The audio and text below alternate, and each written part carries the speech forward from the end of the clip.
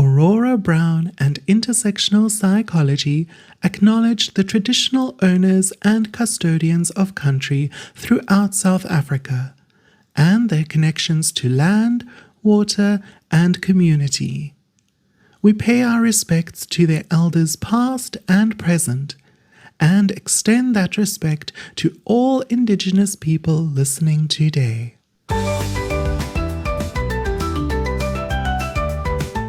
Intersectional Psychology.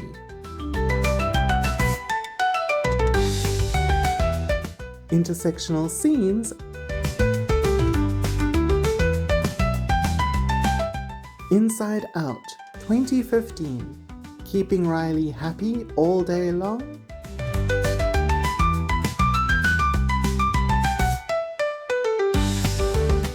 Hosted by Registered Counsellor Aurora Brown, with special guests, educational psychologist Marlize Labuschagne and neuropsychologist Altay Turan.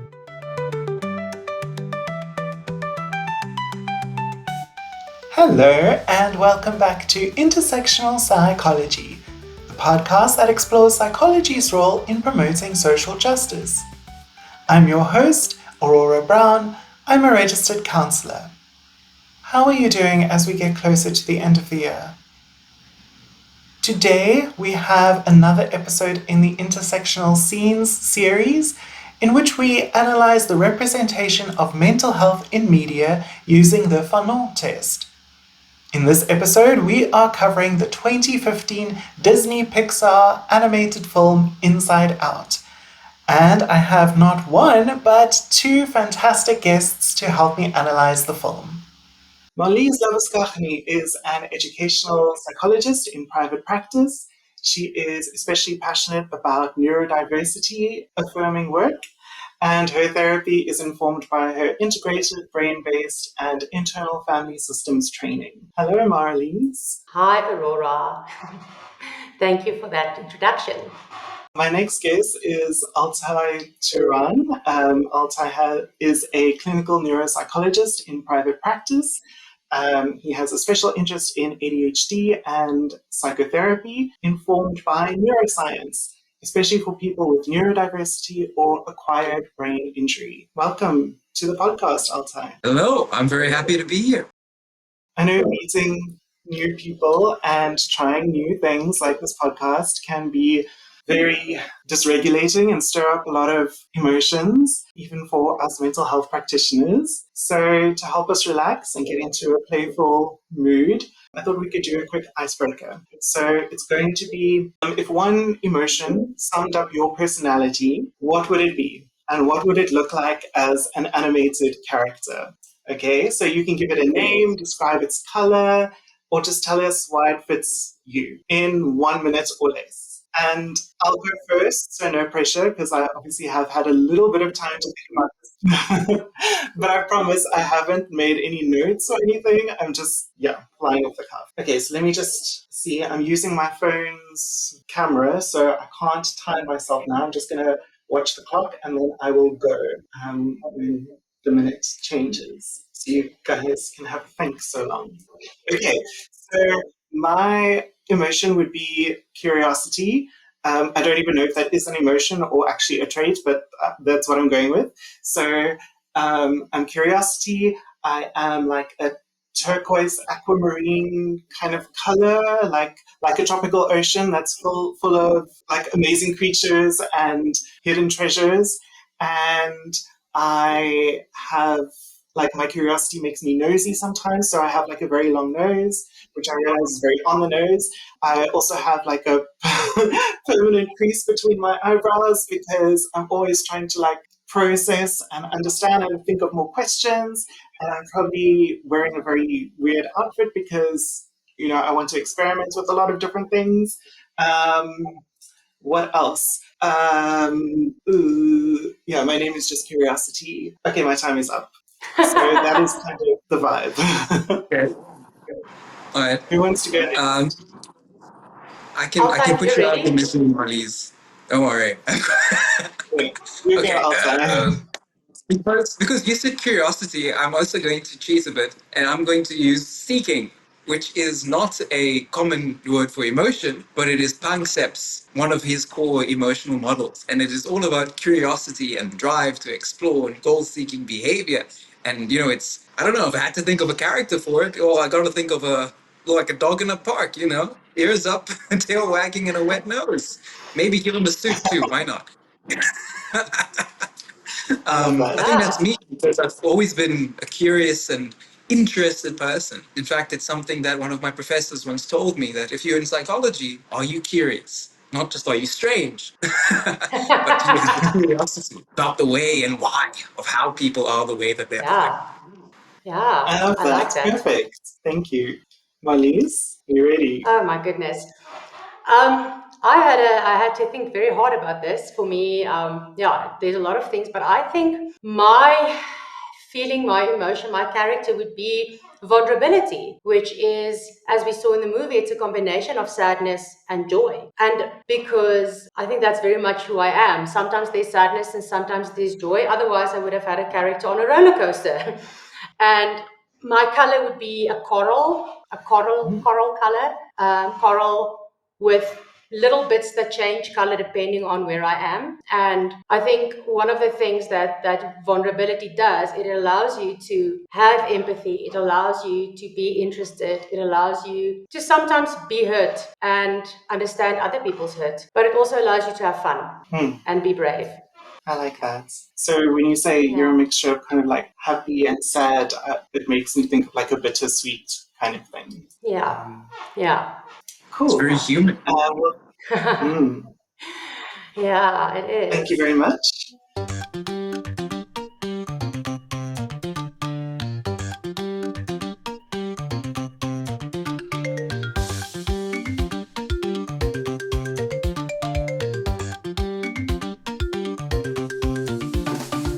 All right, so let's start with, what is your relationship with Inside Out? When did you first watch it? What's your history with it? Marlize? I was a little bit late to the party when Inside Out came out. And I only watched it in 2020 when it was the lockdown and I had lots of time on my hands. So that was the first time I watched it. And it was also the first year of my master's degree. My husband and I are big fans of the Pixar movies. It's always very, very touching the way that they approach the topics. And a part of me really loved it. A part of me was very much moved by the way that they represented the emotions. And I almost felt that I could identify a little bit with Riley because we also moved cities when I was 11 years old, 11 turning 12. So I very much could feel and understand some of the emotional challenges that she was dealing with. And also I was a grade 3 and a grade 1 teacher before I started with my psychology journey. So looking at the movie from the perspective of the little ones and the emotions developing, I enjoyed that. But I also had a part that was a little bit uncomfortable because the lens with which Riley's experience was presented was very much as if it is generalization. And I also knew from experience that for many of my learners who were very rural, living in rural areas, that would not be their experience and that would not be how the emotions are developing and how they are experiencing their challenges and the systems within which they function. But yes, big fan of Inside Out, especially in the internal family systems work. And the second one also loved both of the movies. Inside, like the family in Inside Out is very much a stereotypical ideal nuclear family, which is not the case for, I think, many families in South Africa and even around the world. And obviously there are cultural differences as well. Yeah. Altay, what's your history with Inside Out? Not much, I'm afraid. I haven't even seen the sequel, but I have seen the first one. Thank goodness. And it's interesting because I watched it before I had any interest in becoming a clinician. And the truth is, I was very triggered by it because I hadn't been in psychotherapy. So watching a movie that was all about seeing a little child, what are the emotions going on in his head? I remember being like, I don't want to watch this. It's stirring things up. It's making me think about stuff I don't want to think about. And it's very interesting because I never reflected on the movie as how do I put it, as like a symbol of how it is that people think about emotions, or rather how, what are the stories that are seen as the most compelling or the way in which we represent emotions. I mean, I was thinking about the caricatures of the emotions, right? I mean, it's not happiness, it's joy. Why joy? The choice to portray them, the gendered portrayals of the characters, that was quite striking to me. So I remember, I would say I enjoy the movie, and I think it's very interesting. But I also think there's a lot to discuss and a lot to talk about. Absolutely. I'm looking forward to unpacking it all. I think I'm pretty sure I saw this film at the cinema when it came out. Like, it's very much the kind of thing that I would go and watch. I know that every time I've watched it, it's made me cry, but I don't have like a specific memory of the first time that I watched it. But yeah, Marlize, so we moved from an irrigation scheme on the Eastern Cape to, the west coast of Cape Town when I was 6 years old, not 11, but 6. And that, like, the little visual of their journey across the United States was very triggering for me, because I remember, like, when we moved, like, we came from an irrigation scheme, which was literally the whole job of the little village was to produce water for the neighboring farms. And so it was very, like, lush and green. And the year that we came to Cape Town was like going through a drought. And it's like family law that as we were driving into the area where we now live, I like looked out the window and I was like, we're moving to the desert. And I was horrified. So yeah, watching them drive through the desert was triggering for me. But yeah, I love the movie. Okay, so now we'll head into the recap.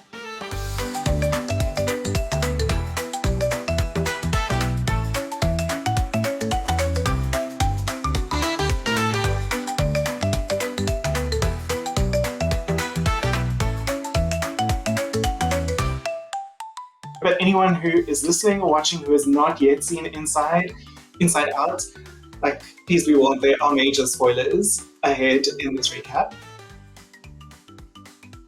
Alright, so picture it, nothingness. And then a voice over asks, do you ever look at someone and wonder what's going on inside their head? Okay, so we learn that this voice belongs to Joy, a personification of the emotion joyfulness, happiness, optimism. She lives inside the mind of a girl called Riley Anderson, along with 4 other emotions: sadness, fear, disgust, and anger.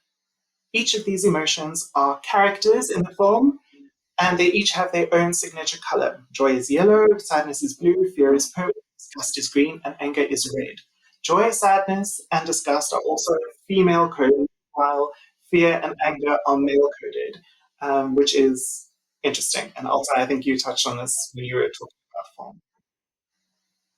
So we learn that these 5 emotions influence Riley's behavior from a room known as headquarters, which kind of looks like the cockpit of a spaceship with a huge screen or a window that shows Riley's field of vision. Can I jump in there? So I remember thinking about what am I going to talk about, and I remember looking up parts of the film beforehand and looking up and then I remember they talk about there being a cockpit, a headquarters, and it's funny because they kind of make it look like it's in her head, right? It's the headquarters for the emotions, right? Which is cute. It's a little joke.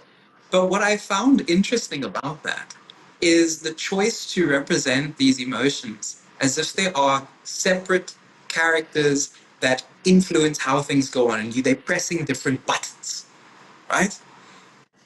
And the irony is that somewhat there's an idea there, your emotions kind of direct your behavior and how you do things. But neuroscientifically, the location per se of emotions seems to actually be the basement. It's the lower brain structures. And the reasoning behind this, we can never know for sure, but a simple way to think about it is that if an organism, develops the ability to feel, I mean, hey, that's really useful, right? And so if you think of the lower parts of the brain as being, let's say, the first to develop, if you look at mammalian brains, right? Almost all mammals have the same, relatively similar, like lower brain structures. Cows, rats, dogs, probably dolphins too, right? And there's this idea that at some point we all develop these very basic ideas of how to feel in relation to the world and how we feel in relation to the world. And it starts at the bottom and kind of rises up to the top. And the top tries to go, oh, well, we're getting signals from the bottom. What should we do about it?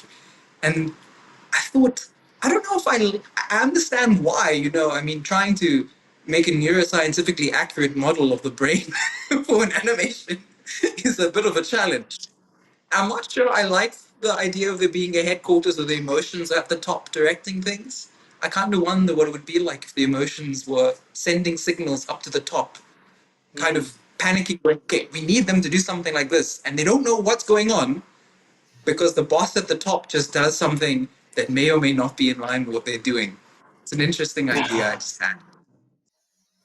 I love that. And I'm really glad you brought that up because I read the production notes for the film and they actually based the design of the headquarters on the shapes in the hypothalamus, which is that bottom, like part of that bottom limbic system that you were talking about now, that you were describing, right? And so and that is, I don't know, I think, is that a kind of accurate place to see as the origin of emotions, the hypothalamus? It's No. complicated. It depends who you ask. And this is where things get very, very complicated. I have colleagues overseas who may hear me saying, they're like, oh my God, how did he do that? How did he say that? Now, I would argue, so the limbic system, right, is a very interesting part of the brain. So limbic comes from limbus, which is border. It's like the structures that border kind of the topper parts and the more lower parts. But it used to be called something else, the rodencephalon, like rodent, because apparently there was a very insignificant war at some point among neuroscientists because there were guys who were doing the research on the rats and they were like, hey, this area, the limbic system, it looks like it's all about processing smell. And in fact, if you look at a human brain, one of the only senses that has its own flippin' direct highway is smell. It's the olfactory bulb and goes right into the limbic system, right? That's how COVID, I won't go into that. Let me go on a tangent. But basically, people thought system smell. Rodents, they smell. So humans have it. It's the smell area. And then the other neuroscientists were like, you're cooked, man. This doesn't make sense. It can't just be smell. We think it's the emotion area. And so there was this brief and terrible war in which many casualties were lost, as you can imagine, where people were saying, is it the smell thing? Was it the emotion thing? And then eventually neuroscientists went, well, hold on a second. Isn't the emotional world of a rat dominated by smell? Huh. That kind of makes sense. Maybe it's And then if both. you have a look at the system, yeah? And if you have a look at the limbic system in a human, there are, sure, we don't have a sight bulb, but there's enormous connections to every single network of our senses. And it seems what the limbic system is about is it gets emotions, the initial signals kind of coming up from, I mean, when I talk about the lower subcortical structures, I mean, even just before it may involve the hypothalamus and limbic system, but it's even below that. It's almost brainstem coming off the periaqueductal gray and terminating out towards these things. I'm not going to go into a neuroanatomy lecture. But the idea is that the limbic system gets some signals about emotions and it tries to connect them to what is sensorially important, right? So that long tangent aside, it's like, yeah, it's got to do with emotions. Yeah, it's kind of there. But no, so Yeah, because I have a different perspective on it. So no. I'm just thinking because of my therapy training in internal family systems. It's a way of looking at the characters as your parts. And when we're addressing in therapy, we're addressing the part that is feeling sad and the part that is feeling happy. So I love how there's so many different perspectives that we can look at these characters. I don't know all of the lingo or the technical details like you do, Altay, and I find it fascinating to listen to that part of how it works and the explanation of the characters from a more technical neurological perspective. Okay, so let's go on. We're going to return to the discussion, but let me go on with the. biting my tongue over, don't worry. As I'm biting my tongue so you have time to finish the recap. It's also fun if we get derailed. That's totally cool. We'll be like the train of thought that, yeah, just doesn't seem to go anywhere it's supposed to go. Okay, so where was I? So we learned that these 5 emotions, okay, they're in headquarters, and each of the emotions serves a particular function. Joy wants to keep Riley happy, fear keeps Riley safe, disgust helps Riley avoid physical and social poison, and anger makes sure Riley is treated fairly. But at the start of the film, our narrator, Joy, isn't really sure what sadness's function is. Joy feels very uncomfortable around sadness.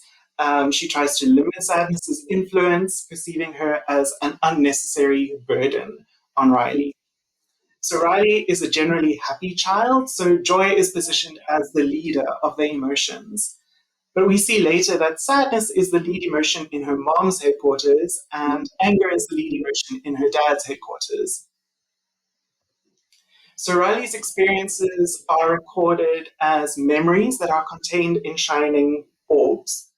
Each orb is tinged with a color of the prevailing emotion in the memory. So, for example, quote unquote, happy memories are stored in orbs, the yellow color of joy. Every night during the REM phase of Riley's sleep cycle, her memories are consolidated and sent from headquarters to long term memory. In the film, long term memory is depicted as like a massive maze of shelves like a library or an archive. Especially powerful and emotionally significant memories are encoded as quote unquote core memories, which become foundational aspects of Riley's identity. Yeah, it does. The thing that, it jumps out to me there, the first thing is about memory, because this idea of memory as an archive where there are books stored and pieces of data and you go there and collect it out, that's the memory. It's a very useful model of memory. And that's the important thing. Like our colleague Marlize has explained, it's wonderful to have our metaphorical systems to describe. And even neuroscience is told it's just one kind of metaphor for all these very messy and complex and exciting things. But this idea of memory being something that is stored in a little cupboard, kind of, and bring it out and it's there. I do not enjoy it. No, because every time we recall a memory, it changes. We change it, and it depends on the state that we're in when we recall it. And even just the act of recalling it, we're making links to other experiences that are salient to that moment. And yeah, a memory is not self-contained in an orb. Is that what you were saying? Yeah, that's what I was going to go to. There's this beautiful quote by, I can't remember his name, how embarrassing, but it's the idea that the senses deform the world and the mind forms it. And of,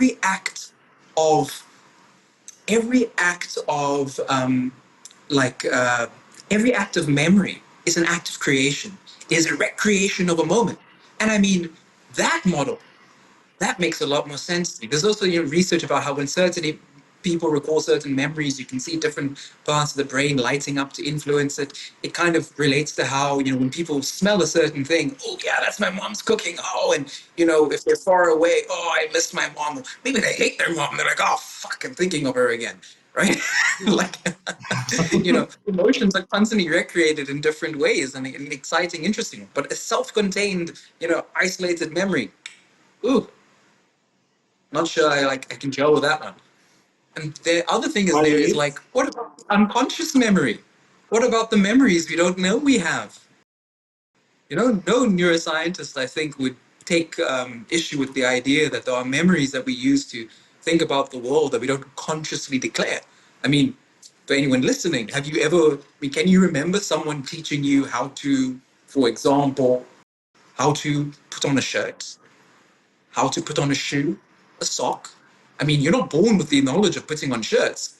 I mean, we're born with certain kinds of instinctual drives and how to do stuff. I don't think it involved, putting clothes on. Yet we act on that memory. So that brings up like the topic of implicit and explicit memory, and like what they cover in what they call memory in the film is only explicit memory. They're like Yeah. episodic memory that we have stored. an implicit memory is all of those, speaking and moving and all of those like things that we recall without even, being conscious of it. Sorry, what I found interesting as you go around that was how they represented the subconscious as this very dark place. And the only thing that is found in the subconscious is Riley's fears. And with you mentioning now about these experiences and these memories that we don't know where they come from. Maybe a better representation would have been, maybe there in the shadows, the subconscious memories, the things that we don't remember, but that played a role in who we are and in our development. I mean, I think what also could be a useful articulation of that is that, the idea of what we call memories that we can declare and non-declarative memory. Yeah. There are people who get brain injuries that actually dissociate them. There are people who struggle with accessing their declarative memories, but their non-declarative are fine. There's a famous story of a unfortunate patient who, as happens tragically, she lost her ability to consciously declare memories. And every morning, her doctor would come by and greet her. And eventually, she would start remembering his name. And she would act familiar with him. But do you know me? I don't know you, but I know that you work here. Interesting. So one day, the doctor puts a little pin in his hand. He goes up to the woman and he shakes her hand and she pulls her hand back and goes, ow! Like, what did you do that for? And 5 minutes later, gone. The next day, goes up to her, extends his hand, and she does not shake his hand. And he asks, why don't you want to shake my hand? And her response is, does a lady always need to give a gentleman a reason why she will not take his hand?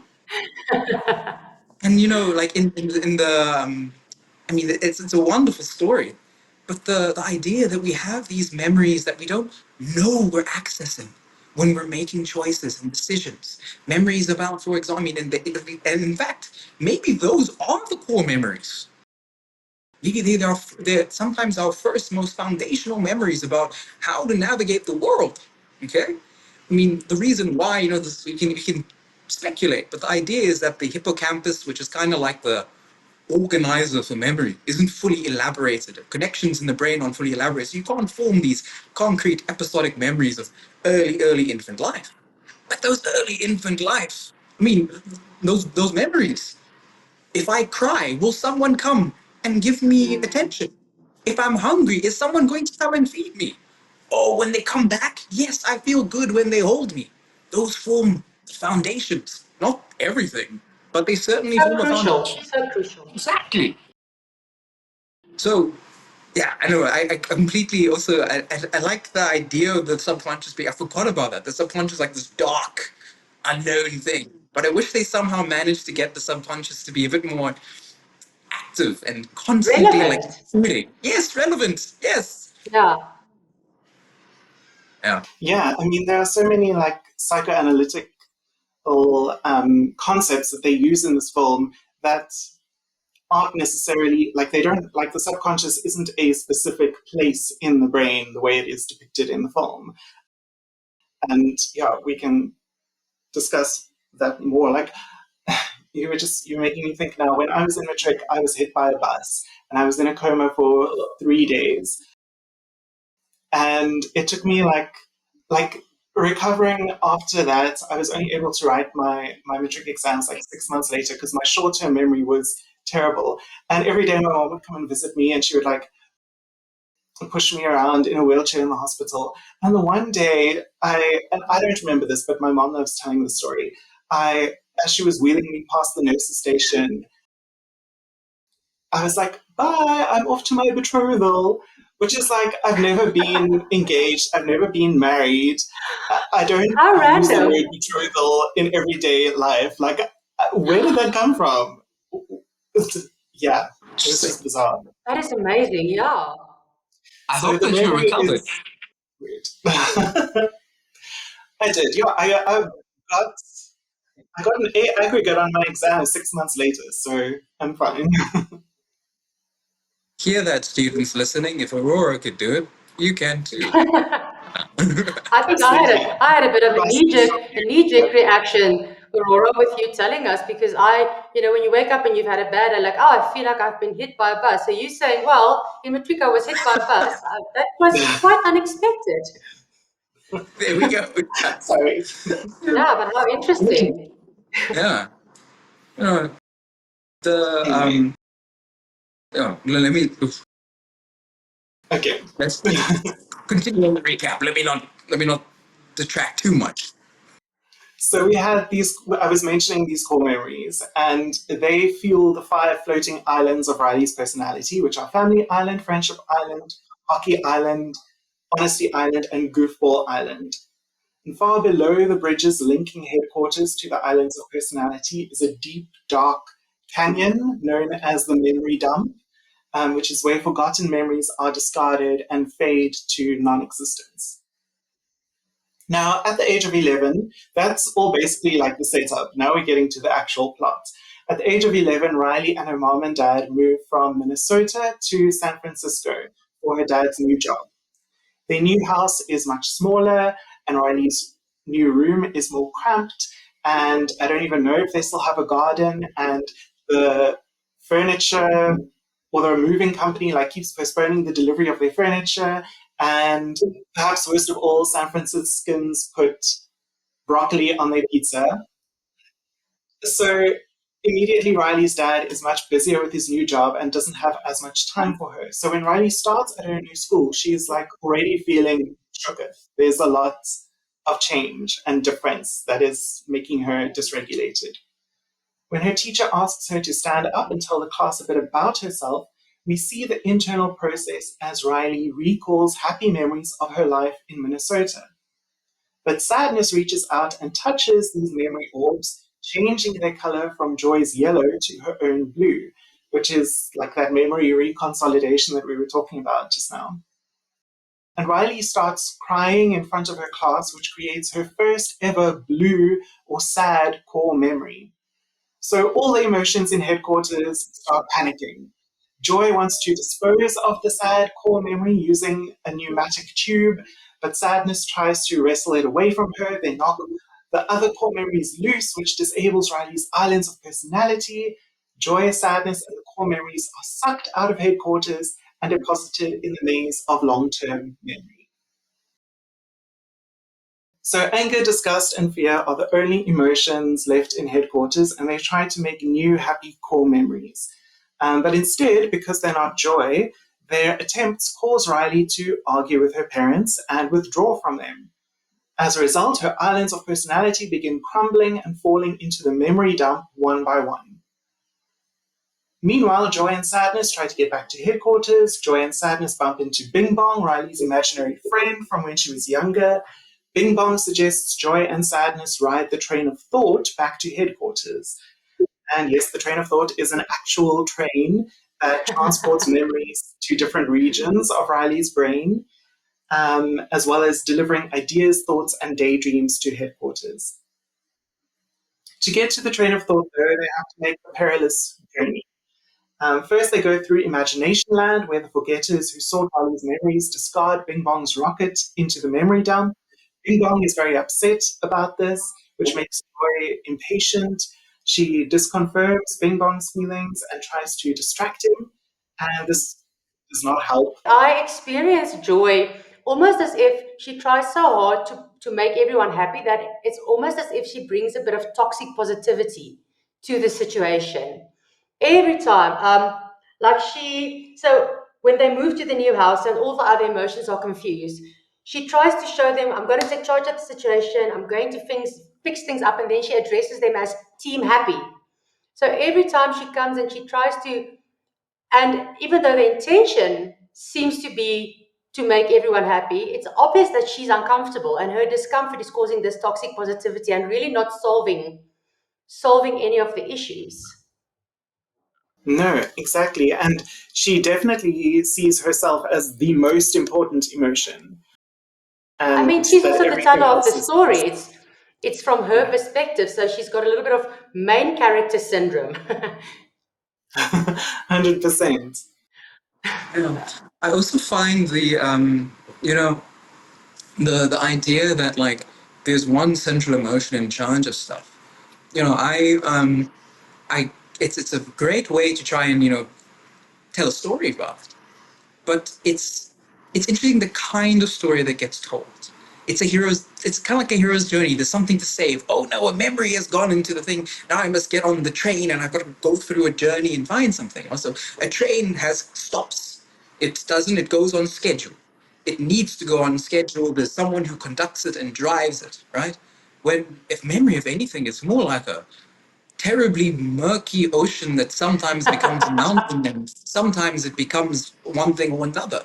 It's so undirect. It's like you can direct it sometimes to form something somewhere or somewhen, perhaps. But it's much more miasmic. It's very hard to get a grip on, right? But the ideas about how it's like the main thing we want to do is be happy. Right? It feels like Joy is a very anxious person. You know, they've got a lot of Actually, like yeah. anxiety, yeah, about trying to sort things out. Let's keep everything happy, right? And what I wish is that the movie had a critical perspective on this, on what it means to constantly be someone who is happy. It comes in a little bit towards the end about the importance, like why is sadness important? But the worry that I have about a child or someone watching this movie. And it is it really is quite a tearjerker at points. The idea that our emotions are these discrete characters coming from very like they never come together into one entity. I brought it up in the icebreaker earlier, but there's this guy Jaap Panksepp, for those listening, and they were I think they're Estonian, a very famous affective neuroscience. He was an effective neuroscientist too, but affect refers to emotion in psychology, listeners. So he basically tried to say, look, if I stimulate the brain circuitry of mammals, I seem to elicit particular emotional responses when I go across certain circuits. And he identified 7 separate ones. And maybe at some juncture we can go through all of them. But as an Mm. example of what I mean here, one of the circuits that is seems, and he calls them basic emotions. One of them he called rage. He spells it in capital letters to distinguish between the description rage and his neuroscientific rage. But the idea was that when that circuit gets fired up, the animal's teeth bares, the blood starts pumping, veins start popping, and it wants to bite and destroy something. Get rid of the thing that is affecting my ability to satisfy my desires. I need to do something and I can't do it. What do? I destroy the thing that's trying to prevent me from meeting my need. But what Yeah. happens when you can't destroy that thing? What happens when it's not okay to feel that anger towards that thing? Well, the idea is that anger then becomes inwardly directed and it becomes shame. Shame and guilt is inwardly directed rage. Inwardly directed. I can't solve that problem. I can't fix it. And it's experienced, oh no, it's because of me that I can't do this. And now I feel shit about myself and I'm going to be a bit angry with myself. You know? Yeah. And I wish that there were more stories that try to give a malleability to our emotions, because the emotions, they feel valenced. Like joy is a good emotion, sadness is Mm. a not so lekker emotion, and I think that I mean, like at the beginning of the film, like they try to explain, okay, anger tries to, he cares that everything is fair for Riley. And they try to explain, like, or to give each emotion a point and a function and a purpose and to, like, equalize them. But then the rest of the movie doesn't treat them as equal or Mm. as equally important. And the second film, I watched it just out of interest when I was preparing for this episode, but it was the first time that I'd watched it. And they do add more characters, like more emotions, but it's also yeah, I think these films really, they start the conversation for children, but we need to have the skills to be able to continue those conversations and to bring in that, those nuances that Altay is talking about. So, okay, so Bing Bong is sad, yes. Sorry, does someone else want to say? The in the same way that Marlize is a family, you said you mentioned you really enjoy family systems therapy. I operate from something called, it sounds complicated, like all things psychological, psychodynamic psychology. Psycho, mind, soul, right? That's what psyche means. Dynamic, the ebb and flow of things. I try to work from a perspective that says I have a model of the mind and I try to understand its dynamics. And there's really just three things. First one, I made a note because I knew I would get nervous. We're not a blank slate. We're born with a set of innate needs. And concepts, ideas were like those innate needs. Those are expressed and felt as those emotional circuits, those things that we feel them. And the main task of mental development is the second one, is to learn how to meet those needs in the world. What these emotions seem to be telling us to do. Fear says, oh, I've got to get out of here. Anger, rage says, oh, I've got to destroy this thing in front of me. Seeking, curiosity, I've got to explore, I've got to find something. And the third thing is that most of the meeting of those needs, they're executed on the basis of memories that are both declarative and non-declarative. And in fact, it's mainly the non-declarative. It's mainly the things that we're not aware of, or rather we are aware of them only at the tip of the iceberg, so to speak. And no neuroscientist, I think, would take issue with any of those claims. But the model of the mind in this movie is one rather where emotions, rather than being something that pushes us to do something and then somewhere we try to compromise between their demands. It's one where one emotion dominates everything and says, we're going to do this, and this. Maybe that's what some mental disorders look like. I'm not sure. Where one emotion perhaps takes primacy over the others. That's an interesting perspective. Yeah, Where it's like absolutely. only able to meet one desire. Not to diagnose Riley with anything yet, but Not yet. yeah, we'll see when this comes up later. Bing Bong is feeling sad. Sadness sits down next to Bing Bong, listens to him, empathizes with him, and allows him to feel his feelings, which makes him feel better and ready to go on. And this amazes Joy. And for the first time, she realizes that sadness might actually have a purpose after all, even if she doesn't really understand how it works yet. So they continue towards the train of thought, now crossing the new space of abstract thought, which is still under construction. Joy, Sadness, and Bing Bong finally make it to the train. Yeah, abstract thought is also not a specific region in the brain. No, But no. it is, like, it's not something that I knew anything about before, and I'm sure, Alta, you do know more, and Marlize, you as well.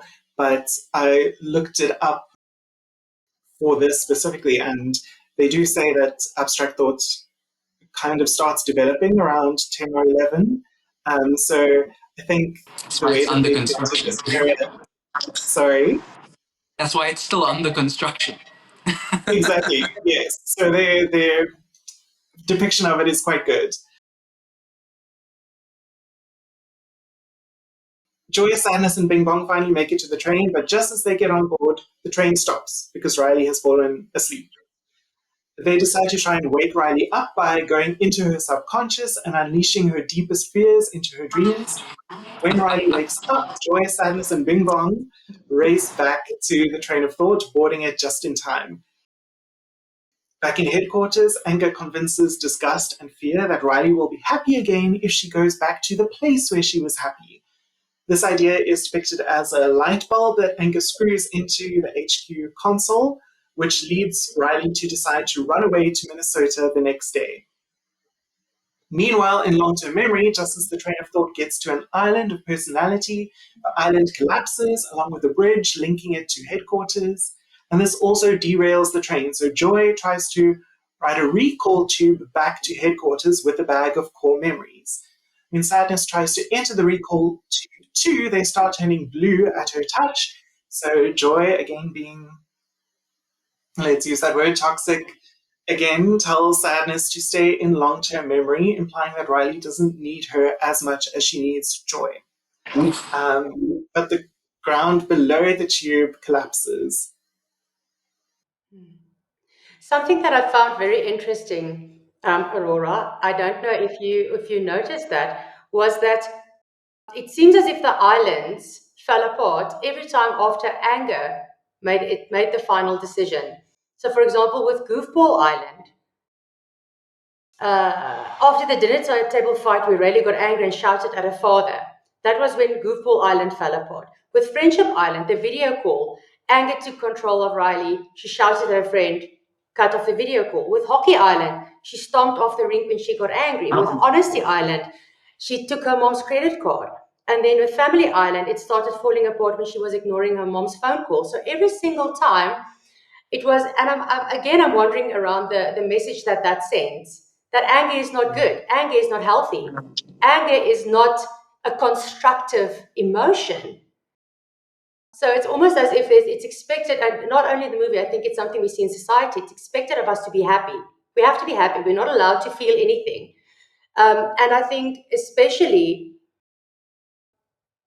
we're not taught to be angry. And I'm thinking specific around the way that women are raised, that girls are raised, around you're not allowed to be angry. If you are angry, you are bossy, you're a bitch. You're not allowed to be assertive. And that was just something that was very clear to me around the emotions, was everything broke down whenever anger made the final decision. And yeah, so. And That's an interesting point. I didn't notice the link to anger. But yeah, what was I thinking now? Yeah, so every time that Riley kind of betrayed the foundation of an island like collapsed. And you're right. I think what the movie is showing is that, her anger is being directed in a non-constructive way, but it isn't showing what a constructive outlet for that anger would be, Yes. which is a Yes. problem. Yes. Yes. And it's the gendered aspect of it is quite something. Because Yes. also remember the dad's, I think he said the dad's primary emotion is anger. Yes. I Yes. remember I was in a seminar and someone said, is there a kind of like neurodiversity where like it causes you to have a problem with an emotion? Now, there are many kinds of neurological injuries that can lead to them. But to this person, I said, in fact, I can think of one that's actually it's sociogenic. It's called patriarchy. That affects your relationship to emotions. And I'm Yeah. sure you can both relate. And any therapist, any counselor, any psychologist, psychiatrist, GP, anyone in the caring profession, so to speak, who gets a person who identifies as a man into that room and they will say, I am angry. And what is anger? It's sadness, it's shame, it's Yes. discomfort. There's so much more to it because, it's like everything gets funneled towards anger. And the And flip side. externalizing it, right? Yes. They're encouraged to externalize their anger. Yeah, to take it out upon others per se, Yes. right? Yes. And And it's I like, mean, oh, please, Aurora. I'm thinking about that scene in the film where I think it's the end of the first day, and Riley is like very upset, and she wants to kind of talk to her mom when her mom comes to say goodnight to her. But just before Riley could say that, her mom is like, through all of this, you remained a happy girl. And Yes. that So much makes Riley pressure. So much quiet. flippin' Yes. pressure. Like, I mean, her parents are not bad parents, but that was an unfair expectation for her mom to put on her, to be this happy girl, to make things easier for her parents. It's a responsibility that's not age appropriate. It's not her responsibility to keep the family positive and together. And I also think about, in this country, The Yes. amounts of like horrible things that are put upon people simply because they exist as women or are assigned female at birth. My goodness. The message of your anger is what causes your personality to rupture. Ugh, terrible. I think of there's a he's considered a classic author, James Baldwin. James Baldwin was a very interesting writer. And he has a quote, it's from an interview where someone says they're talking about the horrible situations of, I think, race relations, and I can't remember if homophobia was part of that. But the interviewer asked him, does talking about these things not make you sad? And James Baldwin looks at that person and goes, it does not make me sad, it enrages me. It enrages me. There's something wrong. We should be doing things about anger. Mhm. It is an important emotion to know when you Yes. are being wronged. And so many Mhm. times, even the flip side of men who are who reduce all their anger into all their emotions into anger. I see the amount of struggle for women to be able to express that anger. Or just people assigned female at birth because of the way that like people are encouraging. This is what it means to be a proper girl. This is what it means to be polite and demure Mm, and to keep your mm, emotions in. You don't want to be hysteric, so to speak, mm. Yeah, right? Be quiet and submissive. exactly. Like a year before he was assassinated, Martin Luther King gave a speech to the American Psychological Society or Association. And he said, in therapy, we teach people to adapt to the situations of their life and to, learn to cope with um, the systems that they live in. But there are some things to which we should never become adapted. We should Yes. never be adjusted to racism or patriarchy. And he proposed, what did he call it? Um, yeah, he said, therapy should be teaching people to stand up for and to, like also I was saying now, recognize when you're being wronged and to be able to take action for that and to recognize when other people are being wronged and to take action against Also, the it. So idea of Riley's mind constantly being, let's keep everything joyful, let's keep everything happy. Jeez.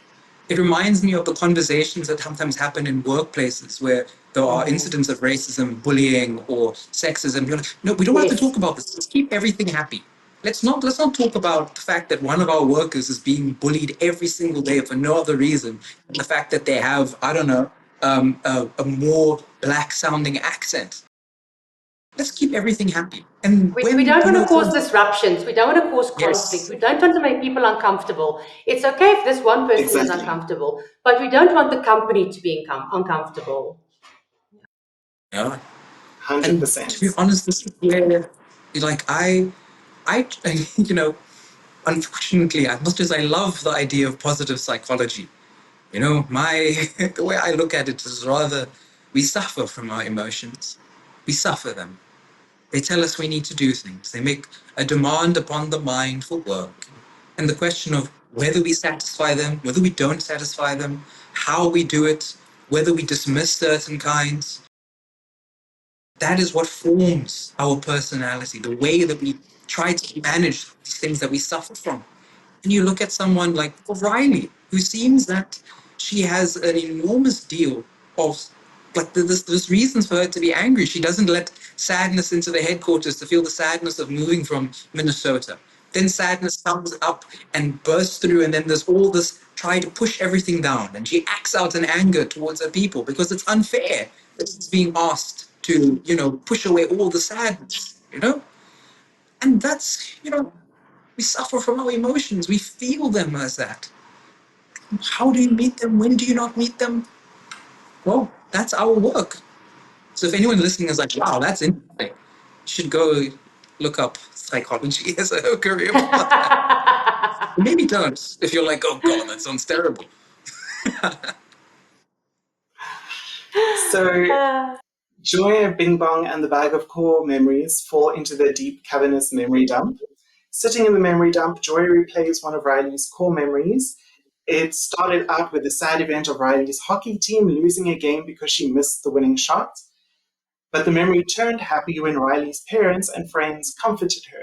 And finally, Joy realizes that sadness's purpose is to alert Riley's loved ones when she needs emotional support. Joy and Bing Bong find his magic song-fueled wagon rocket to escape the memory dump, but they can't get high enough. So Bing Bong sacrifices himself by jumping out of the wagon rocket just before it ascends. Joy makes it back up to long-term memory, and Bing Bong fades away forever. Anger's idea to run away has caused all of Riley's islands of personality to collapse. Riley falls into a depression, and the console in headquarters shorts out. So anger, disgust, and fear can't get Riley to change her mind again as she boards the bus to Minnesota. Just then, Joy and Sadness crash into the window of headquarters, having used a tower of cloned imaginary boyfriends to trampoline up to headquarters. And if that last sentence didn't make sense to you, then just go and watch the movie. And so anyway, Joy and Sadness are at headquarters, but they can't get into headquarters. So disgust rage baits Anger into a full-on meltdown because Anger's character is kind of like Hades in the Disney movie Hercules, in that the top of his head is fire, like literal fire, not Gen Z fire. And the angrier he gets, the bigger the flames. So once Anger is like fully a furnace, Disgust uses him as a blowtorch to make a hole in the window so that Joy and Sadness can get in. Anger, Disgust, and Fear are super relieved to have Joy back in charge. But to their surprise, Joy hands over control of the console to Sadness, who unscrews the idea bulb from the console. This restarts the console, prompting Riley to get off the bus and run back home. So Sadness makes all of the core memories sad so that Riley can be honest with her parents. And Riley starts crying and confesses that she misses her old life and that she doesn't want to disappoint her parents by not being happy. Riley's parents comfort her and say that they also miss Minnesota. Sadness takes Joy's hand and places it with hers on the console, which creates a new core memory that is both happy and sad. A new island of personality forms, indicating a new maturity in Riley. 1 year later, 12-year-old Riley has adapted to San Francisco and made new friends. The islands of personality are all up and running again with new additions and improvements. Headquarters has an expanded console with room for all the emotions to work together as a team. They're a little concerned by a large red alarm light marked puberty, but dismiss it as probably not important.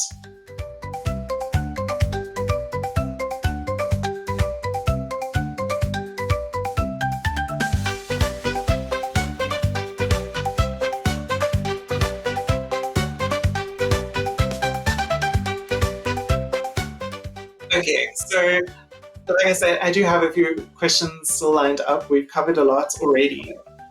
What are your initial thoughts?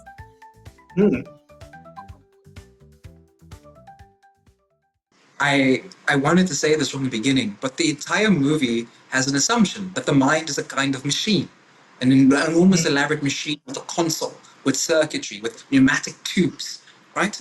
And it's interesting because for a very long time, psychology and neuroscience and the sciences in general tried to move away from thinking about the mind till the introduction of computers. Because suddenly then, wow, we have a great metaphor for memory. It's storage of things, ones and zeros, neurons firing and not firing. We had this elaborate cognitive revolution because of thinking about computers. And I like the word cognitive revolution because revolution is a circle. So if you go in a revolution, you end up right back where you started. Because what happened with the cognitive revolution is that there was a great emphasis on thought. It's not enough about feeling. And we see this happening, we see the consequences of that happening with AI. Because people talk to AI like it's a person. And oftentimes you go, well, what's the difference between it as a person? And the answer is very simple, in fact. And it's a fundamental one. It has no feeling of being. ChatGPT, DeepSeek, Gemini, all of them are simply an algorithm that says what's the most likely letter to come after something. It is not a feeling person that hears what you say that feels an emotion arise within them, and on that notion makes a decision and a statement. And plenty of people use AIs for mental health support. And there's something to be said about using these incredibly effective large language models for getting information. But the idea that they are a replacement for a feeling person that somehow don't, yeah, human contact, the interaction, something that feels something in relation to you. That's something we got to be Yeah, careful about. Yeah, it's not an absolutely. artificial consciousness; it's an artificial intelligence, which is a huge Mm. difference, right? Yeah. Yeah, absolutely. And these LLMs are designed to be affirmative. So they just create an Yeah. echo chamber. Whatever you put into it is what you're going to get out of it. Um, so there have been stories about them leading people into dangerous situations because they're just kind of confirming what the person is saying. So, Altai, there are many different theories about how emotions develop and operate. Oh, Marlize, sorry. First, do you want to Yeah. add any initial thoughts before I go into the questions? I had one, but now Hmm. I lost it. No. Oh. I think because of my experience and my history with younger children and working in primary school with the little ones, I very much enjoy the movie as a starting point, as you said, Aurora, starting point for discussing emotions for the little ones to see where it is and then growing from there. And I think, again, just in terms of the development of the little ones and maybe my own emotional bias, I found it very sad. I found it very sad that Bing Bong had to sacrifice himself for Riley to grow up. So the imagination, the imaginary friend, the almost the innocence of being a little child, the freedom of making up what you want to do, the freedom of going to this little world where you are in your own, you're doing your own thing, having to sacrifice that for Riley to now grow up, to learn how to integrate the emotions, for the red puberty button to pop up. That's sad. Yes, I found it to be a loss, Yeah, almost the loss of innocence. absolutely. it feels And like a loss of play, The loss of, yes, a loss of play, and there's nothing yeah, more serious yes, than yes, exactly. And it yeah, feels like the older we get, or certainly as we're growing up, the older we get, it's almost like the adults around us make our world smaller and smaller and smaller because they keep imposing these rules and these norms and these, all of that imagination is kind of boxed in. And you suddenly can't have a cotton candy elephant dolphin because that doesn't make sense. Like, that's not a real thing. So yeah, you have yeah. to get rid of it. And it is a loss. You have to fit into Also, the I was little going to box that ask, is so expected there of are you. many different theories about how emotions develop and operate in the brain. I'm thinking particularly, so there's the classical view, like Paul Ekman's basic emotions theory. You've mentioned Jock Panksepp's affective neuroscience. There's also Lisa Feldman Barrett's theory of um, constructed emotion, and then Dan Siegel's emotion as shifted states of integration. Does Inside Out adhere to any of these theories, and how so? the issue is that I'm not intimately familiar with all of those as much as some, right? The the thing is, I wouldn't say that you're looking at a cohesive. So I say this with a pinch of salt. Like, I don't think we're looking at a cohesive representation of any of those models. But I also think that's a good thing. Freud, Sigmund Freud, the controversial figure, they once said, if I can't remember it exactly, but they said it was someone talking about his discovery of the unconscious, and he responded that he did not discover the unconscious, for wherever his path took him, he found that a poet or a writer or an artist or a musician had been there long before him. And these models of emotions, they are merely models. They are figures of speech. They just happen to be drawing on lots of certain kinds of evidence. And some are more useful in certain contexts, some are more useful in others. For example, Feldman Barrett's, I've seen a lot of very interesting work that talks about their use in social settings, right? I don't believe in an unbiased perspective, but I believe in admitting bias. I'm very biased to Mr. Punk's, well, Professor Panksepp's perspective on it. It makes a lot of sense to me to think of emotions coming about and suffering from them and feeling them and, them competing for space per se. It makes a lot of sense to me. Though what I think is the biggest error about emotions and the mind that happens in this movie is that when Riley is asleep, the train stops. Mm. The That's when train it does starts not stop, moving, Grace. right? Yeah, that's when the train gets on what's the word? Like gets on like It's the the heat of Schnellbahn. war. That's when like this, Yes. right? So You know, in the film, it's not like, so they have dream productions, which then creates like the dreams that come into Riley's subconscious. But in the film, those are completely dissociated from the reality of her day. It's And distorted. and the It's the emotions. lens they put on, right? They put a specific lens on it. I can't remember what it was, but exactly. they had everything, and then they put this lens, fear or whatever, and that distorts the whole picture. Yeah. Mm. And but the idea that some of the emotions kind of witness these as totally separate things, when dreams are very emotional things, right? They're deeply emotional things. One thing about the idea that the mind never really stops, right?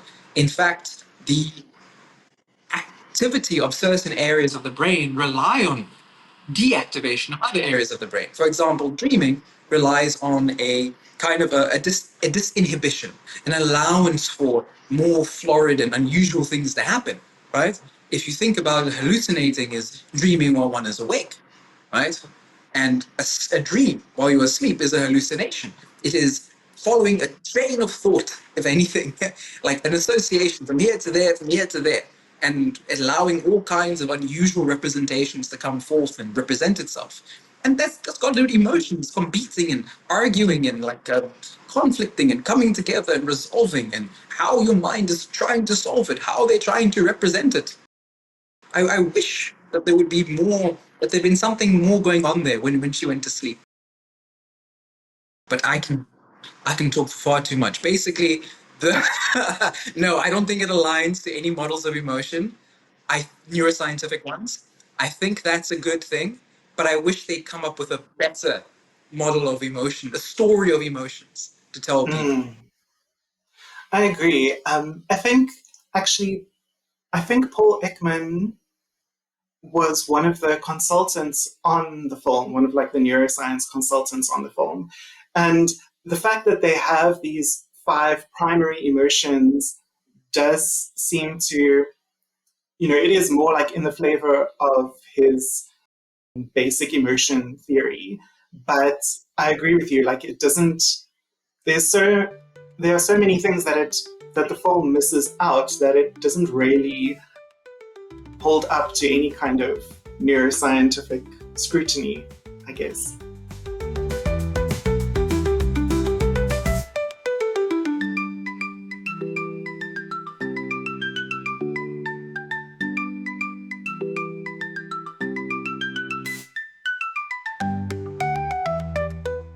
Marlize, there are also many different models of child development and developmental milestones.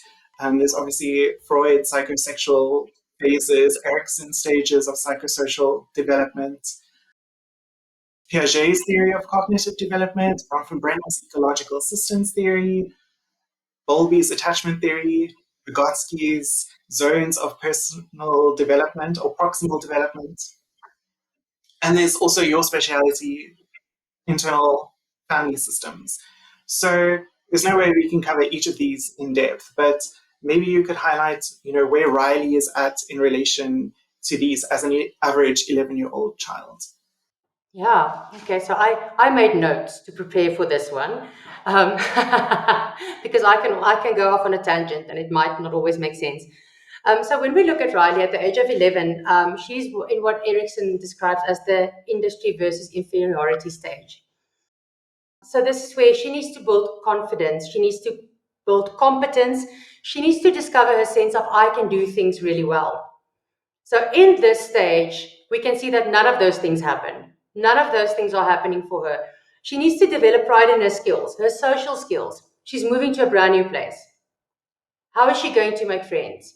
Her academic skills, the whole school environment is intimidating for her.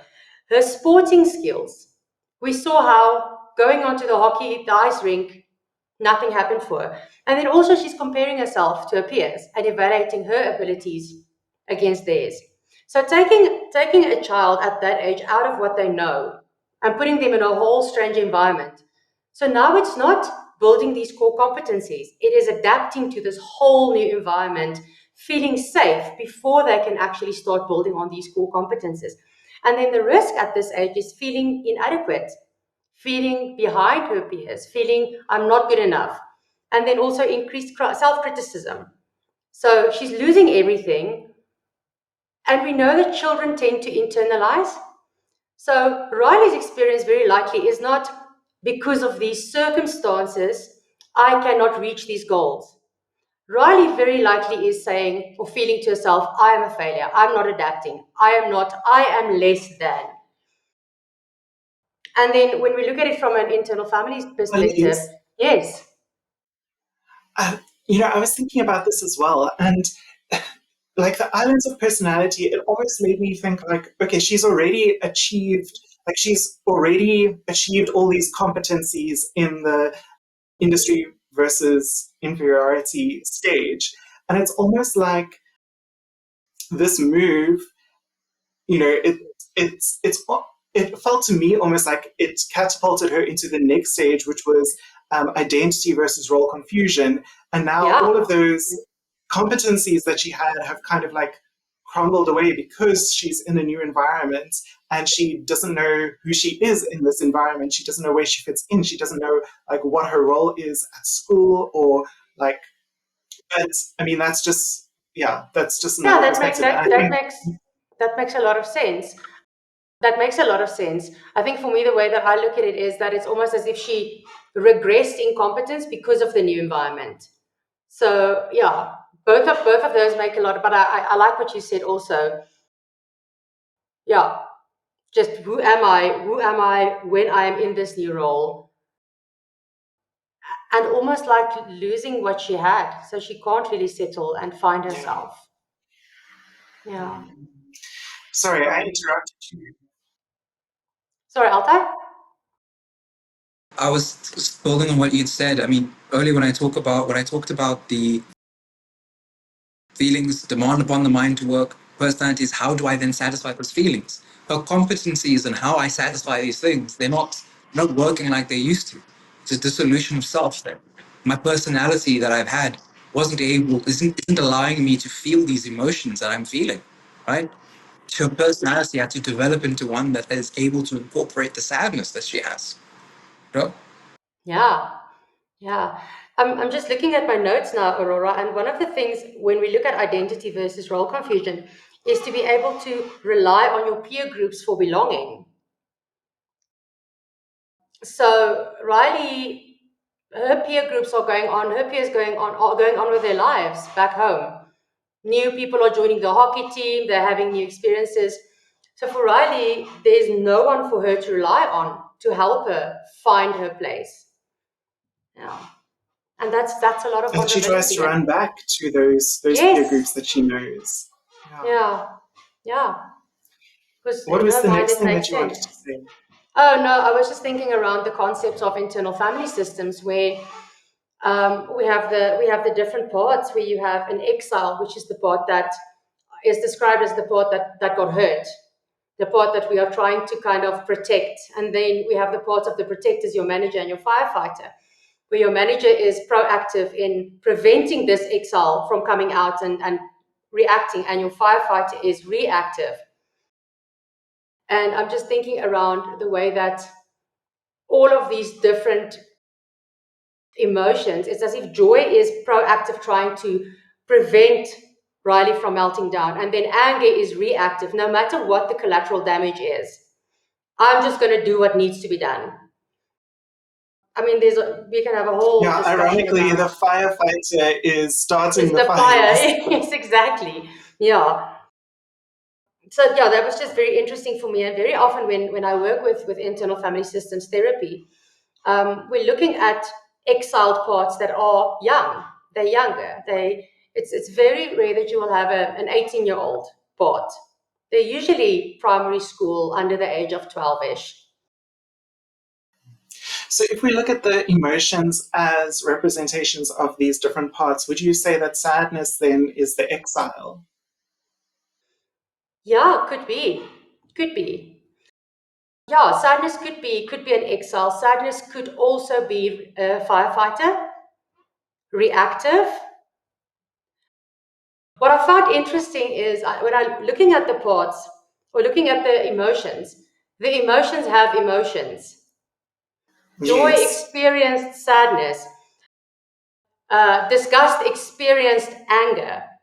And I think that's something that we look at also when we're looking at internal family systems, is that there could be a part of you that is a manager that is, for example, trying to make everything happy. But in that, there can also be sadness in the way that it manages, you're managing how you do things. So yeah, I think all of them can have, when we're looking at joy as, like I mentioned before, toxic positivity, that could be a firefighter reactor, trying to reactively just keep the situation calm. Mm. I think this conversation is really like highlighting all of the flaws in the film. Trying to make the emotions these distinct entities, but they all have their own like emotions as well. Yeah, Altay, Joy experienced like a proper sad episode, looking yeah, at the memory, and I think that was almost like her, come home, what do they call it, come home moment for her, is like, oh wait, sadness is not bad. And that was because she was the only one that had this like really big shift in her own, the emotion, who had a shift in her own emotion. yeah, Yeah, she so really that's, did go on that hero's journey and like learn a yes. lesson. Altai, you mentioned your concepts, the different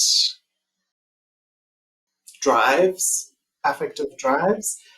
So if you would say that, like, I try thinking about how these emotions would map onto those. I guess, like, joy would be play, and anger would be anger would be the, what is it? So fear would be the fear Rage. drive, and yes, anger would be the rage, and sadness would be the panic or the grief. Then where would disgust fit in? So Also this is fear? where it gets very complicated, because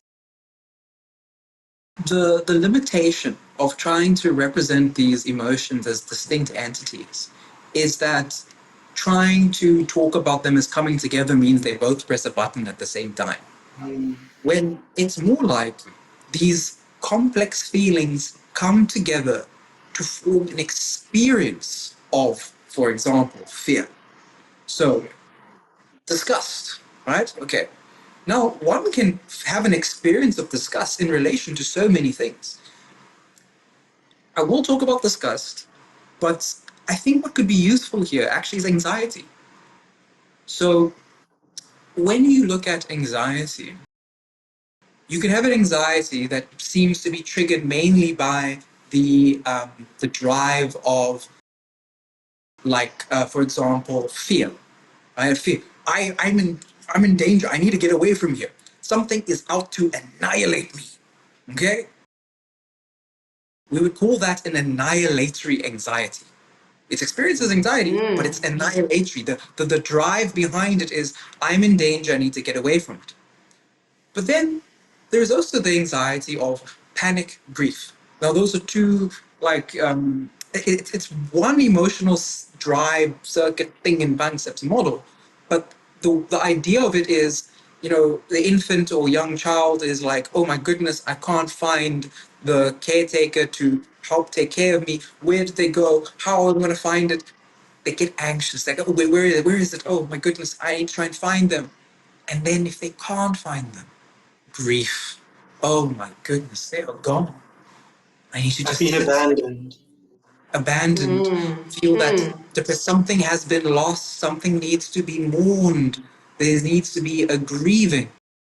So in that case, and I think the right word, it's a terrible, like, honestly, psychodynamic language, it feels sometimes they just try to make things obfuscatory. The irony of me saying that, my goodness. They try to make things confusing. So you have annihilatory anxiety. You could have anaclitic anxiety, which is like the separation distress. Like, oof, I'm desperately looking for some way to nurture myself, right? Not disgust. Yo, there's a disgust that can be coming from rage, right? It could be an experience of rage, like, ugh, I'm feeling really sad, but why on earth? Like, I need to somehow solve this. I know that the way I solve things usually is by getting angry. So I'm going to get angry, but I have nothing to be angry with except myself. I feel so disgusted with myself for feeling sad. Completely different interaction between these things. So the problem is of trying to like say this particular emotion maps onto this system. It kind of shows the flaws in the form for those things. In fact, I would go a step further and say it shows a certain perspective that society has about emotions, has on the way we feel things, that they are things, they are separate entities. It's a very individualistic narrative that these are separate people vying for attention in some kind of corporate machine. The idea of it is actually quite scary. You're saying that we give a story to little kids about emotions, and the story is they work in a headquarters and have a chain of command, and they live in offices and they send things via pneumatic tubes. I mean, I'm loath to But suggest this that is your there's an future. HR department. Yeah.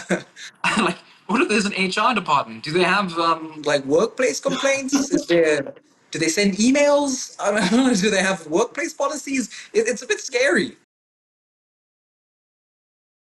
Yeah, Is that it is honestly enough? terrifying. No, I mean, you're absolutely right. It is a very capitalistic worldview that the film is projecting.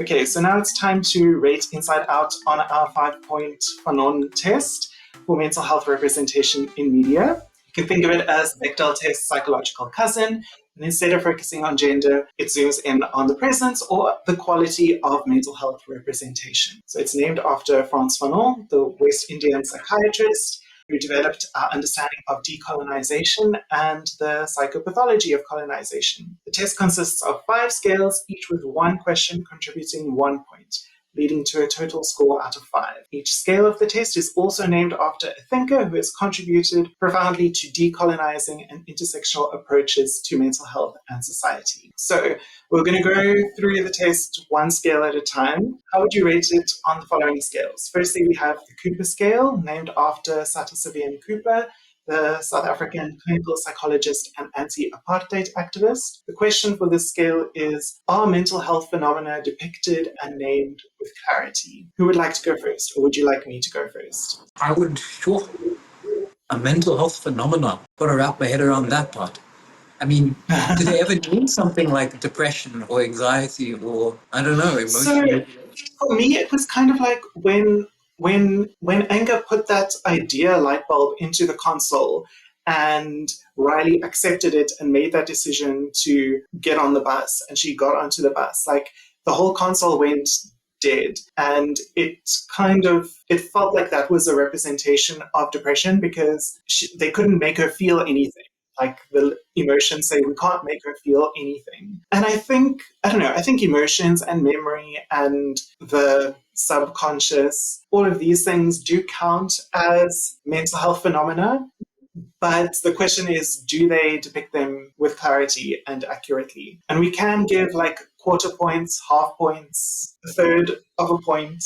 I think the way that we've spoken and Altay's touched on it quite a few times is that it's very much simplified. And I think if you look at your target audience as younger children, then I would say, if we don't think about the scary thought of people living in our heads, then I do think that it might, for the younger children, give them a sense of emotions a bit clearer, a concrete way, because younger children are still very concrete. So a more concrete way of looking at my emotions, of looking at my memories. But I think then if you start looking at this from a teenager perspective, a young adult, an older person perspective, then it's just confusing.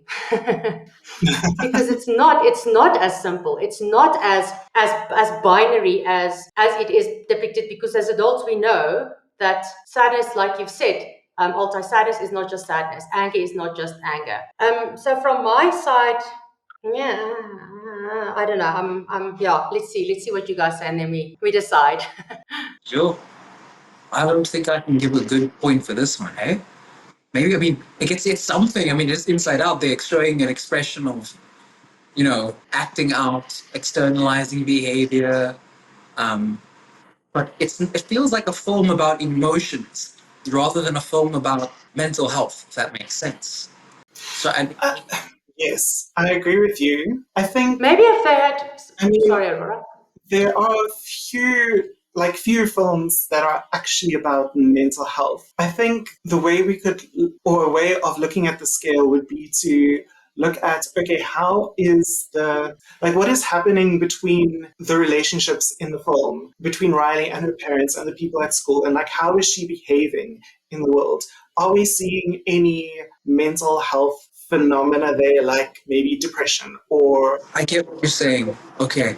If I look at it like that, which makes a lot more sense, the whole film seems to be about Riley trying to come to terms with sadness. It's developing her ability to feel and experience sadness, which is, you could call that a mental health phenomenon of regulation. You could call it the mental health phenomenon of growing up, of maturing. In that sense, I would give the film a 1 then. It's got is it 1 to 5, or was it like it's either a 0.5 or 1? Yeah, it's either like a 0.5 or a 2.25 or a 1. A 1 is the maximum, yes. Okay. And then, I mean, if I look at it like that, the whole story is the story about that. Sure, it doesn't, I mean, thank goodness they didn't have something like Major Depressive Island. Or Yes. that would have been terrible. My goodness. I think you'll enjoy the second one, Altay. I would enjoy to hear your thoughts on Inside Out too, because there are very interesting, more complex emotions there. So let's do another podcast about that one. Yes. I do also want to say something like a memory, found its way, bubbled up to me. I think with disgust, there is a specific explanation about how disgust, I think, I was looking through my notes. I think it's like a combination of fear and rage, because it's like, ooh, this is something I need to be scared of. And I'm also angry because it's kind of just like, it makes me want to get rid of it. I think of disgust as an experience of, I don't want to be near this and I'm afraid of it. But I mean, it gets very complicated. I don't know, maybe you want to splice that and put it back. I don't know. Yes. But I just thought I should mention that somewhere. Absolutely. I think the way the film explains it is disgust protects Riley from being poisoned either socially or physically, like through broccoli, which kind of is what you were saying, I guess. Yeah. But there's also a disgust to be how do I put this? The experience of disgust. It's quite aggressive, eh? You don't get, Yeah. I mean, maybe you can be disgusted by someone's really shitty cake, or you can be like, I don't really like it. I don't like disgust. It's like, get it away from me, man. And maybe you care a lot about, I don't know, red velvet cake, and so seeing a shitty red velvet cake disgusts you. Right? I mean, but these things are so complicatedly applied into the internal world of people, And the irony is that the film is inside out. Like, what does that mean? Like, it's catchy. It gets the point across, but I don't know I'm not sure I understand the metaphor behind it. And that mental health phenomenon aspect of it, it feels like a very unmindful depiction of the mind. Like, I know that they try, they clearly did. It's like charming. I would give it a 0.5 on this scale, because it discusses like we said, emotions and memories and all of those things, and it does show what is happening. Like, it explains kind of what is happening inside when Riley behaves in a certain way, but it also doesn't name things like depression. It's very much depicted, and things. see the depression And it happening. oversimplifies things very much. Yes. It's very much depicted, but it's not named. And if, for example, if a younger child watches this movie on their own, they're not going to know what's happening. And I think quite a few older children might also not understand that there's a depression that is developing.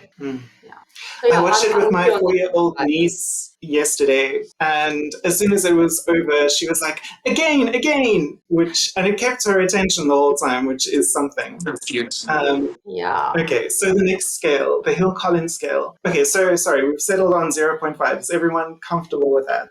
Okay. The next scale is the Hill-Collins scale. Are characters shown as whole people without stereotypes or diagnoses? This is named after Patricia Hill Collins, the first African-American woman to serve as president of the American Sociological Association. I mean, it's complex because they definitely do rely on stereotypes of what we associate genders with, for example, in the emotions. But it becomes complex because it sounds like a good score on that scale would be a kind of critical use of those stereotypes that we associate with them, you know?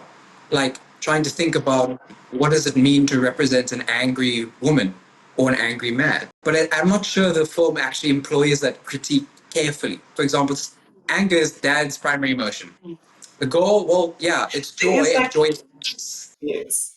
They do show like anger in the mom's brain as well. It's not the primary emotion, but it like keeps bringing up the memory of the Brazilian pilots that they for the dad that they ended up marrying.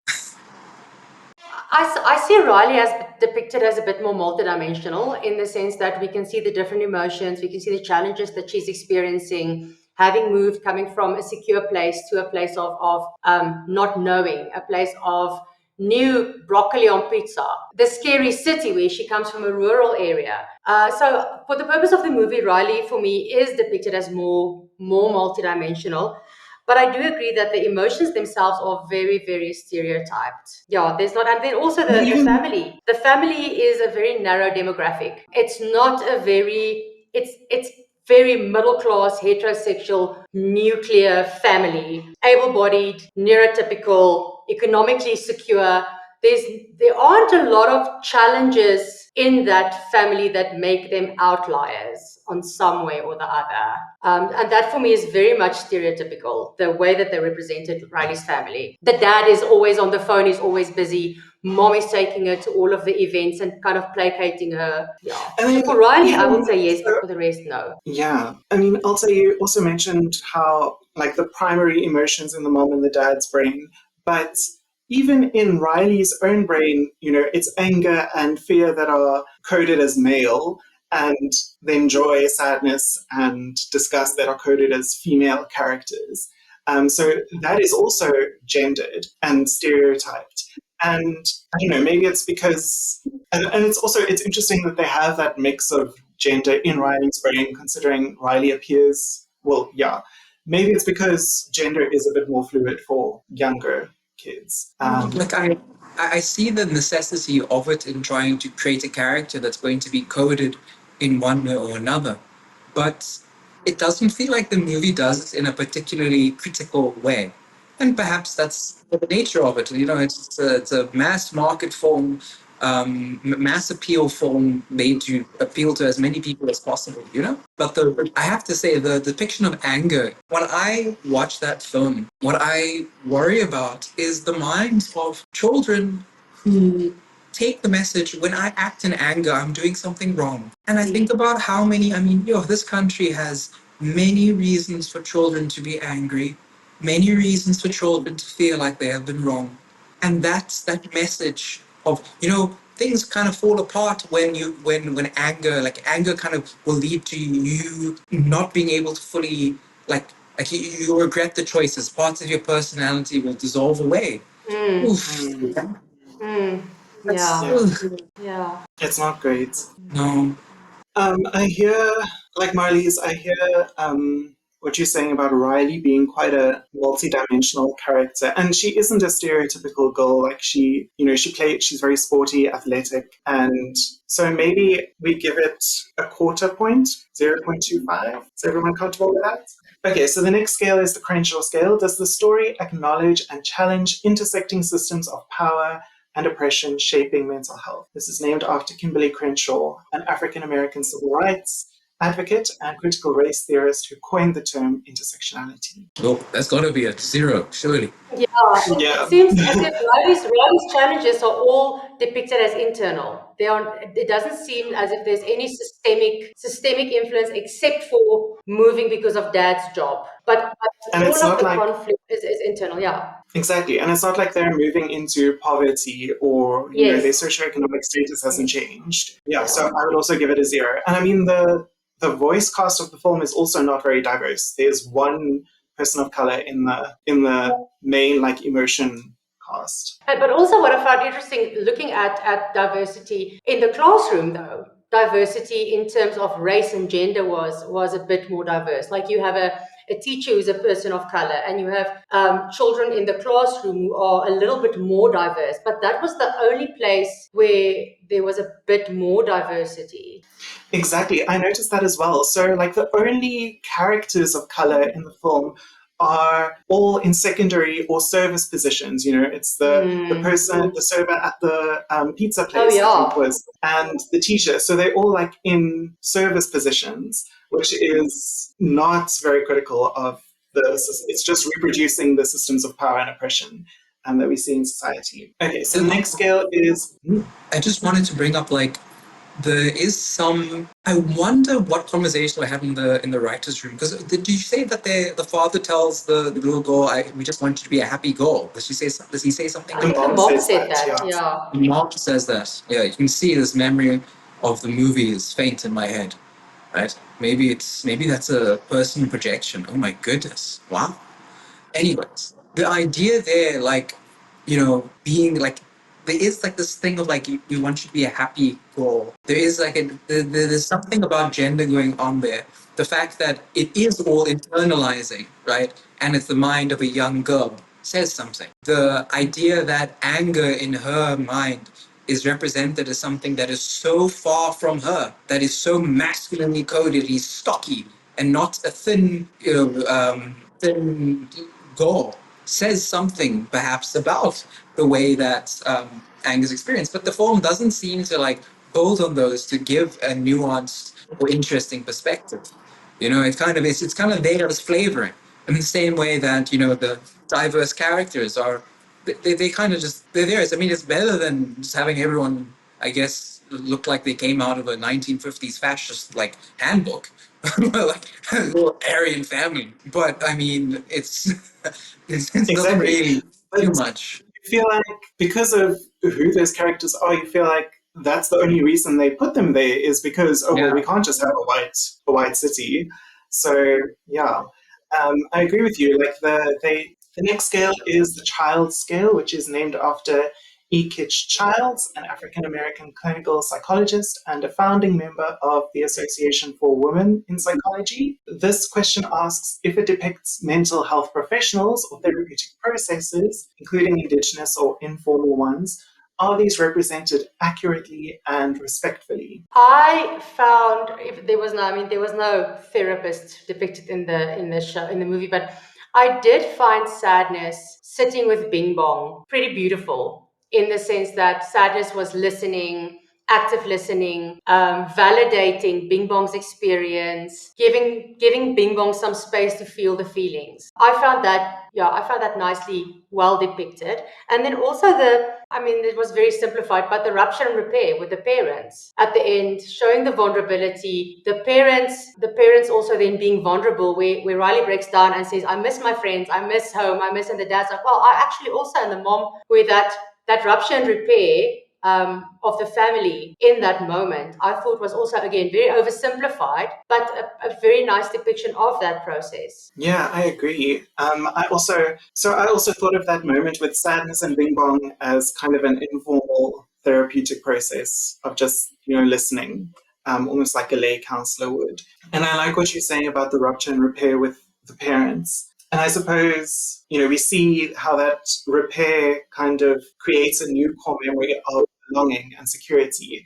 And I guess, the bonding hormone oxytocin is being released there, safe in the belonging of the family and the unit, which is back together.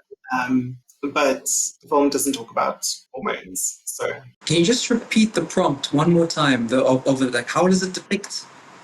So if it depicts mental health professionals or therapeutic processes, including indigenous or informal ones, are these represented accurately and respectfully? And I struggle with the word respectfully. Like, I don't mean like, are they respectful to psychologists? I mean, like, is it empathetic? Maybe is a better word, or is it like, I don't know?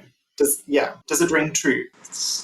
It's a difficult one for me to answer. I think because I'm glad this is a psychoeducational podcast, because the scope of what it means to be a practitioner is so wide, so different. As much as we have practitioners who validate, active listen, and do things, you have some who are defined by restraint, their abstinence, so to speak, and the more psychoanalytic side of things, right? You have people who are, even perhaps very directive. They do less listening than speaking, right? And it's hard for me to try and like locate that in the form. But I do see the kind of the idea that sadness is kind of listening feels like an informal representation of it. But the idea that that's what sadness is, wow, that's quite something. That's quite something. I try to when I talk about what therapy means, then again, these are everything I've said here is just my perspective. It's informed, but it's just perspective. But I try to see what would be a good representation of that for me is one that makes it look like it's curious. We're trying to see what comes up, not being judgmental, sensitive, caring, but curious, seeing what arises, how it arises, and when it arises, helping someone make sense of that. And the idea that sadness, even that helping someone make sense of that it's a bit tough. Oh, we go to therapy to be helped to make sense of things. Well, it doesn't help for a therapist to understand the other person. What matters is that person develops an understanding of themselves, that they can use that to then make a choice about how they want to be satisfying their feelings and desires and emotions. And I can't say I feel like I see that being represented in the film. But don't you think sometimes, Altay, sometimes people first need that validation, the validation and the normalization of the experience that they are having before they start learning to understand themselves better? True. But the question therein is, why is that person needing the validation? Where does that come from? And what if these people, maybe they don't need the validation too? I mean, I think it says a lot about our mental health moment per se, that the way we, like, as if there's so much going on in people's lives that pure act of being validated is therapeutic. It feels like an aid suffering. I mean, that says something, right? Yeah, that says something about the state of the world, to be quite Yeah. honest. Yeah. It reminds me of the conversation we had earlier about LLMs. Like, sadness was almost giving the kind of response that an LLM would give if it was Bing Bong's confidant. Yeah. It's interesting reflection. But what do we give it a score on that? Yeah. Quarter point. Yeah. Okay, so the last scale is the Martin Baró scale, named after Ignacio Martin Baró, a Spanish social psychologist and the founder of liberation psychology. The question is, does the story invite meaningful engagement with ethical issues without reinforcing stigma? I think the film definitely invites meaningful engagement about the necessary function of all emotions. Throughout most of the film, joy kind of exhibits a type of, very rigid positivity that negates the purpose of sadness. And no one really likes to feel sad, even though it brings us a sense of catharsis and hopefully support afterwards. But I do think the film is more like the start of a conversation than a whole conversation in itself. I agree with you. Yeah, it doesn't feel like a reflection on those concepts. The way that sadness at the beginning was kind of being, it seemed as if Joy tried to fix sadness and help sadness. But what the movie then did was to remind us that sadness is not a problem that we need to solve. Sadness is more a signal of what is going on inside, and something that needs attending to. I think there are a lot of things that we can say about the ethical engagement and the stigma. But I did really like the way that sadness was shown as something to follow rather than suppress. And I think it's Ram Dass that says, emotions are neither good nor bad. They just need to be observed. If something pops up, just kind of like, there you are. Let's have a discussion. And for me, that very much is kind of where they go to with sadness in this. It has something to say. And the prompt for this question is, or for this scale, does the story invite meaningful engagement? So is it getting the audience to kind of think about these things afterwards, or is it providing a solution to the question it poses? I would say a little bit, just in terms of the way that sadness is encouraged as a meaningful and a valid emotion, and not something to be pushed away. I can see how that could lead to conversations and how we deal as a society with sadness. Is there?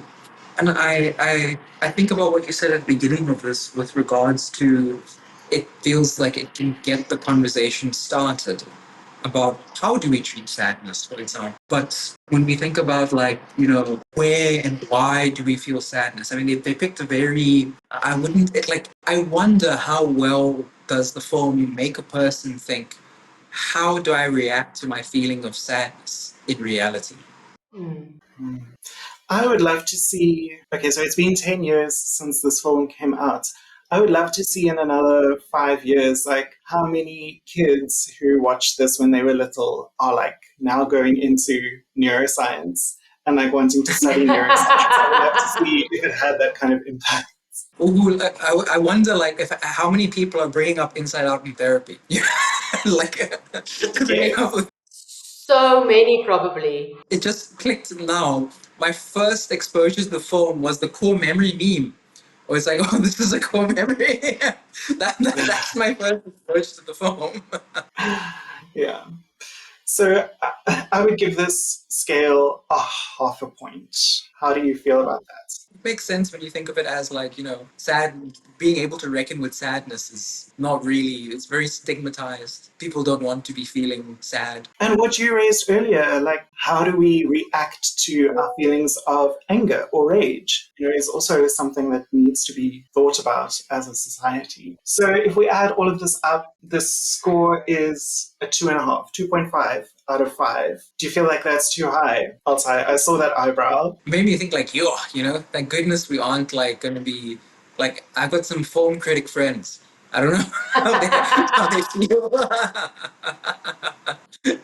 I wonder how that's going to be. I'm glad this isn't going on Rotten Tomatoes. Yeah. We'll invite the Inside Out stands we'll invite their rage. Yeah, and this is not a reflection on how much we enjoyed the film or how good it is technically. It's about its representation of mental health. And I will say, the only other episode that I've used this test on before, or the only other film that I've used this test on before is Alfred Hitchcock's Psycho, which scored a 1 out of 5. So we're improving. We're on an upward trajectory. I wonder how A Beautiful Mind would do it. Oof, yes. I don't know if I can put myself through that again. Tough.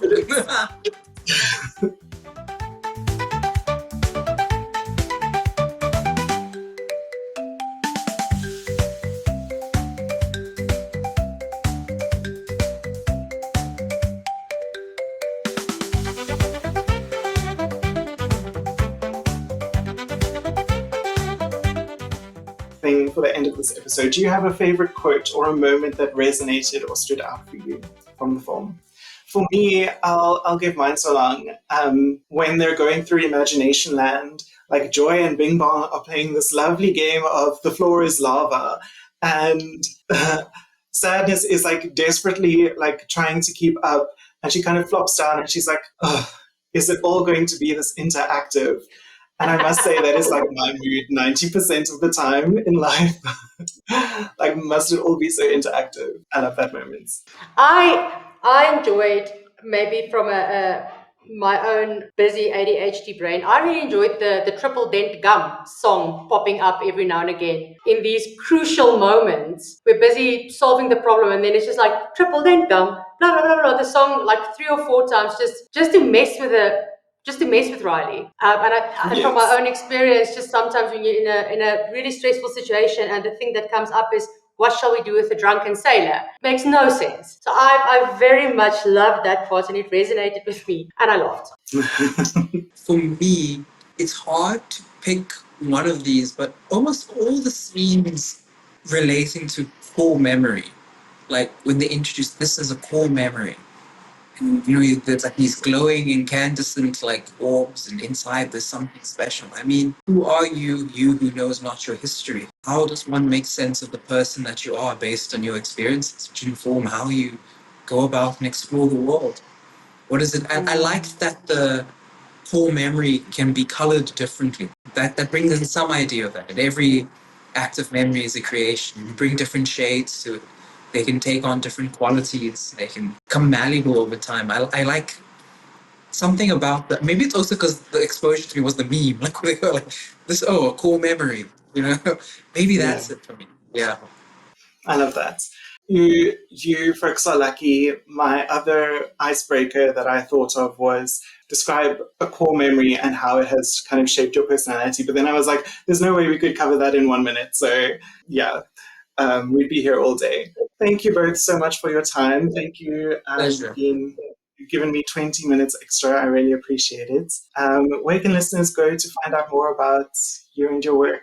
Marlize, should we start with you? At the moment, they can follow my Facebook page, which is Marlize Labuschagne, Educational Psychologist, or our practice page, which is the neurodiversity-affirming.co.za. That is where we are mainly sharing at the moment. Perfect. Thank you. Altay? Well, if they were interested in my practice and what it is I do and my interests, my website, www.maiapsychology.com, Maya Psychology, www.mayapsychology.com. There's a lot about my practice there. If people would like to get in touch with me, and contact details and whatnot. And my TikTok, where I post psychoeducation stuff, though I haven't been very good lately because I've been too busy. It's Rainbow Nation. I want to talk about South African-centered ideas with psychology. I love that name. Thank you both so much. I really appreciate your time. Thank you for listening to Intersectional Psychology. Please follow or subscribe to the podcast to get every episode. If you enjoyed this episode, please rate and review Intersectional Psychology in your preferred app. It really helps other people find the podcast. This episode of Intersectional Psychology was researched, written, recorded, and edited by me, Aurora Brown. For a transcript of this episode, please see the link in the show notes on your podcast app or go to intersectionalpsychology.com. You can also check the website or the show notes for a full list of references for this episode. A video of this episode with closed captions is available on youtube.com/@intersectional psychology. To support this podcast and get access to bonus content, including additional episodes and interviews, as well as more guided mindfulness sessions, please go to patreon.com/intersectional psychology.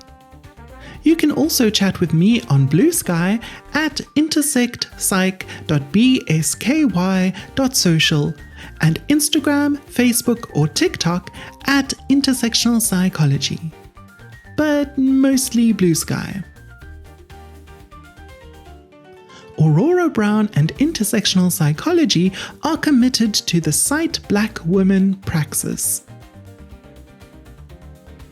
All episodes of Intersectional Psychology are for educational purposes only and are not intended to be a substitute for professional mental health advice, diagnosis, or treatment.